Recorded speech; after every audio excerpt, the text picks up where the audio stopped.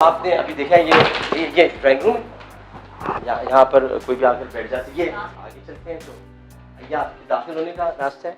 ये सीढ़ी वालों ने अभी सिर्फ यहाँ पर ये वुडन किया है, पता नहीं क्यों किया है, वजह नहीं मुझे पता, लेकिन ये मुमताज़ का कमरा है। अच्छा, ये मुमताज़ के बारे में एक और बात मशहूर है कि मेरी तीसरी बीवी का नाम मुमताज़ है। अच्छा, तो हालांकि मुमताज़ आदमी है, जी वो मुमताज़ है। तो ये ऐसी है कि हमारा सोफा यहाँ पर, ये फ्रिज है, यहाँ पर किचन वगैरह, ठीक है। कुकिंग का मैं शौकीन हूँ, तो यहाँ पर मैं, और ये हमने थोड़ा खुद बनवाया है क्योंकि लॉजिस की किचन अगर आप देखेंगी तो वो देखने के काबिल है। उसके अलावा ये मेरा बेडरूम है। जी नाज़रीन, इस वक्त हम मौजूद हैं आमिर लियाकत साहब के बेडरूम में। ज़रा बेडरूम से जुड़ी थोड़ी बातें करते हैं। मुझे बताइए, बुशरा साहिबा से की लव मैरिज क्यों छोड़ दिया? बुशरा से लव मैरिज नहीं थी, बुशरा से अरेंज मैरिज थी। और ये कहा क्यों, फिर खबरों में ऐसी क्यों बात है कि जी उनसे लव मैरिज की थी, आपने उसको दुरुस्त क्यों नहीं किया? मैं तो दुरुस्त किया, बहुत मरतबा कि अब आपकी नस्ल बड़ी हुई है, अब उसके सामने दुरुस्त करना पड़ रहा है। मतलब मैं तो करता आ रहा हूँ दुरुस्त, अब उसके बाद अगर 10 साल बाद एक और बच्चा आ जाएगा पूछने के लिए तो उसको भी दुरुस्त करूँगा। मुझे बताएं कि ज़िंदगी का एक कोई फैसला जो बुरा लगा हो या कहीं कहीं से ठीक करना चाहिए या पछताए हों कभी? ज़िंदगी के बहुत सारे फैसले हैं जिनमें आदमी पछताता भी है, बुरा भी लगता है, लेकिन जो बहुत बुरा फैसला अगर मैं कहूँ तो वो कुछ अरसे बाद आपको बताऊँगा। अभी क्यों नहीं? नहीं, वो कुछ अरसे बाद। अच्छा, मुझे ये बताएं कि तूबा से शादी करने के बाद जो है बहुत सारे लोगों ने आप पे सवाल उठाए, क्यों उठाए और उनको आपने चुप क्यों नहीं करवाया? वो जिन्होंने उठाए थे वो गर्लफ्रेंड पे यकीन रखते हैं, शादी पे यकीन नहीं रखते हैं। वो कहते हैं कि चुपचाप गर्लफ्रेंड हो साथ, तो वो इसलिए सवाल उठाते हैं। मैं शादी पे यकीन रखता हूँ कि मैं अगर किसी के साथ रहना चाहूँ तो शादी करके रहूँ, तो इसलिए लोगों को तकलीफ होती है, तो होती रहे, मुझे इससे फ़र्क नहीं पड़ता। अच्छा, मुझे ये बताएं कि ज़िंदगी में एक मौका मिले कौन सी चीज़ ठीक करना चाहेंगे कि ये मैंने ज़रूर ठीक करनी है, ये चीज़ गलत है? सोसाइटी के रवैये, माशरे का अंदाज, सोचने की फ़िक्र और देखने के पहलू, ये सब मैं सही करना चाहूँगा। अच्छा, ये कहा जाता है कि आप गुस्से के बड़े तेज़ हैं।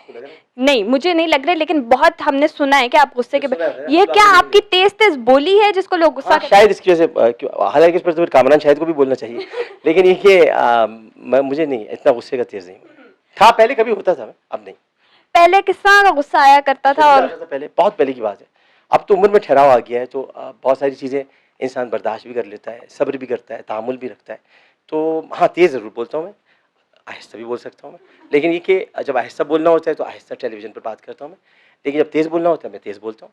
लेकिन ये कि अब मुझ में ये नहीं है कि मैं किसी चीज़ को ये समझूँ कि मैं अब गलत कर रहा हूँ या सही कर रहा हूँ, कि उम्र के उस हिस्से में हूँ मैं जब वो आखिरी हिस्से की तरफ बढ़ रहा होता है। तो मैं 50 साल का हो जाऊँगा कुछ अर्से बाद, यानी 1 साल बाद, तो जब 50 साल के बाद मैं क्या अपने आप को सही करूँ?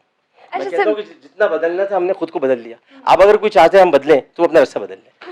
बताइए कि बहुत आपने जैसा इनाम घर का एक ट्रेंड चलाया, उसके बाद कहा जाता है कि फ़ाहद मुस्तफ़ा ने आपको कॉपी करने की कोशिश की, आप ज़रा आपने भी लहजे में कह दिया, ऐसा कुछ है? में थोड़ा सा इख्तिलाफ एक था किसी 2-4 बातों पे, वो फ़ाहद की कॉपी करने की वजह से नहीं था, अब कुछ उसकी बातों की वजह से था, लेकिन फ़ाहद मेरा दोस्त है, भाइयों की तरह, आप कोई ऐसी बात नहीं है। सर, मुझे ये बताइए कि आने वाले वक्त में हम आमिर लियाकत हुसैन को कहाँ देख रहे हैं?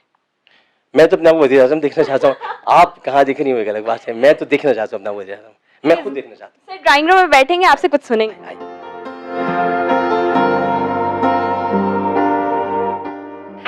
सर, गुनगुनाने के बड़े शौकीन हैं, आपकी आवाज़ भी बहुत पॉपुलर है, चाहे नात आप पढ़ लें या फिर गाना गा लें, हमें कुछ सुनाएंगे? पहले नात हो जाए और फिर एक थोड़ा सा गुनगुनाएंगे। सर, पहले हम चाह रहे हैं कि आप नात सुनाएं और फिर हम 1-2 सवाल आपसे करके फिर एंडिंग आपके साथ गाने से करें, ठीक है?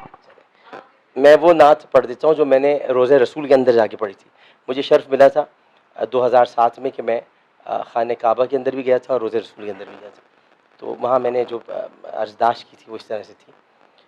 मीठा मीठा है मेरे मोहम्मद का नाम, मीठा मीठा है मेरे मोहम्मद का नाम, उन पर लाखों करोड़ों दुरूदो सलाम, उन पर लाखों करोड़ों दुरूदो सलाम।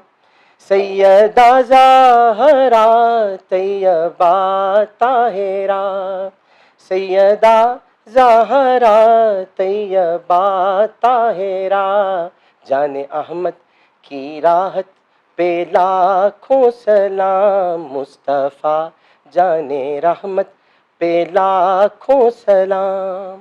सुभान अल्लाह। अच्छा सर, मुझे ये बताइएगा कि लोगों को क्या मैसेज दे रहे हैं आजकल, यूथ के बारे में आप क्या कहेंगे? क्या खराबी है, क्या ठीक करना चाहिए यूथ को स्पेशली? यूथ को तो टेक ओवर किया भाई इमरान खान साहब ने, तो वही देते हैं मैसेज, वही देते हैं, या उस्मान डार। तो मेरे तो यूथ को कोई ताल्लुक ही नहीं है। जो 2 आदमी से पूछा जाके यूथ को क्या मैसेज दे रहे हैं, फिर भी थोड़ा आपसे जानना चाहिए। सारे उन्होंने कब्जा किया भाई यूथ पर, तो मैं क्या कर सकता हूँ?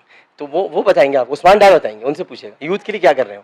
अच्छा सर, वैसे ही लोगों को क्या पैगाम देना चाहेंगे ये तो बता दें। बस यूथ को मैं कहना चाहूँगा कि वो अगले इलेक्शन में बूथ पे जाकर ज़रा अच्छी तरीके से वोट दें, इसको भी देना।